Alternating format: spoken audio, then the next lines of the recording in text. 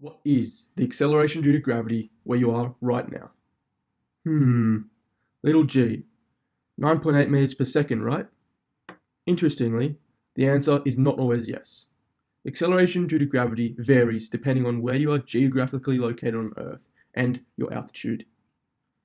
Well then, we were tasked with answering the same problem, to make a measurement of the acceleration due to gravity at the ANU Physics Studio in Canberra. We were given the freedom to choose any means of calculating this value. Initially, we thought that perhaps we could drop an object from a certain height and calculate its acceleration by using a ruler and video analysis. However, we thought this method was limited due to the lack of precision it could produce on a small experimental scale.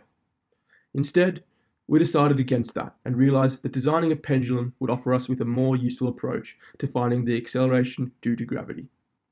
This was due to little g being directly associated within the pendulum equation, which states t, the period, equals 2 pi times the square root of L, the length of the pendulum, over gravity. All we had to do now was use our predetermined length and find the period, the time taken to complete one oscillation of our experimental pendulum, and then rearrange the equation for little g. To construct our pendulum, we used a retort stand, a string, a 100-gram weight, a ruler, a stopwatch, slow motion video analysis, and a protractor. For our first attempt, we used a 10cm string, which was tied to the weight, the point mass, and the other end of the string was tied to the retort stand, the pivot point. This gave us our pendulum arm. We then mounted the protractor to the pivot point on the retort stand to allow for a controlled releasing point and for a more defined period while analysing the footage. We then conducted the experiment by releasing the weight parallel and at 75 degrees below the horizontal, and allowing the pendulum to reach 8 periods. We only timed the 5th period of each trial and averaged the results. After 3 trials, we began to notice some struggles with our experimental setup. The string we used was too short, producing a very fast period, thus making it difficult to time reliably and easily. Moreover, the knots we tied were loosening during oscillation, creating unreliability for the L and T values in the pendulum equation, and thus fluctuating our final value of G.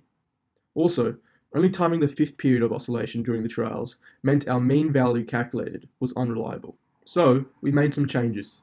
The length of the string was changed to 49.7 centimeters, and the knots were tied tighter. We came to realize that increasing the length of the string would increase the time for one oscillation, according to the equation, thus making it easier to measure. So rather than using slow motion, we could now use a stopwatch. As well as this, we recognized that if we measure the total time taken for 15 periods during each trial instead of 1, then dividing the time taken by 15 and then averaging our 5 trials, we would get a more reliable mean value for the period of our pendulum, and therefore acceleration due to gravity. After this consideration, we repeated the experiment. Here are our results. As you can see, dividing all values in the second column by 15 and then taking the average, we get 1.425 seconds for one period.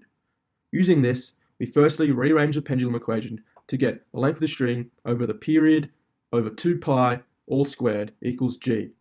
Then plug in our values for L and T and solve for g. This gives 9.67 meters per second squared of acceleration. Taking uncertainty into account. Friction of the string, air resistance, and reaction time are all factors producing our uncertainty. Resultingly, in reviewing the data, we see that our value for 15 periods forms a range of 0.4 seconds. Dividing this by 15, we get a 2 on 75 second range for our average period. The minimum period we get from this is 1.398 seconds, and the maximum is 1.452 seconds. If we plug these into our equation, we get 10.05 meters per second squared, and 9.316 meters per second squared respectively. To calculate the uncertainty of our value of g, we subtract 9.316 meters per second squared from 10.051 meters per second squared, which equals 0.735. Therefore, the acceleration due to gravity in our physics lab is 9.67 meters per second squared, plus or minus 0.368. To summarize, using the theory that a mass suspended from a string oscillates when displaced from its rest position, this tells us that if we know the period in seconds and the length in meters of a pendulum, we can find out the acceleration due to gravity at that specific geolocation of the pendulum. Further, we observe that period is dependent on only length and gravity, not mass. This is seen in comparison between our first attempt and our second attempt, where the length was varied and a mass was constant.